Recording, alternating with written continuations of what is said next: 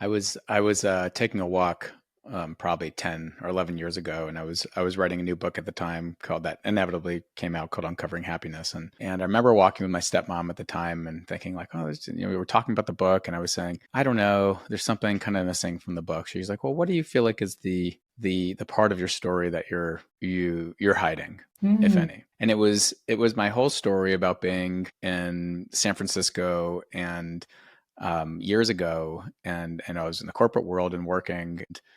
I was also just massively abusing my mind and body with drugs and alcohol, and it was such a shameful experience to me at the time because there was so much pain behind it that I didn't feel as a psychologist.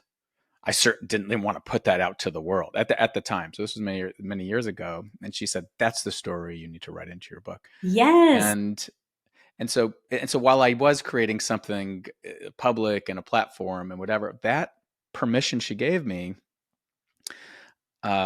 inevitably created so much freedom in me to put that out there and became something that obviously a story I've told over and over again to on stages and whatever. But like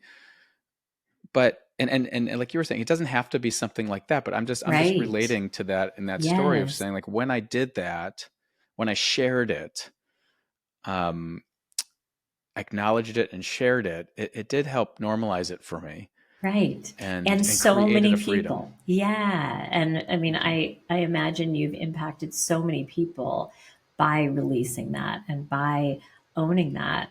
And I think the permission that your stepmom gave you is something that's very noteworthy because sometimes that is all we need.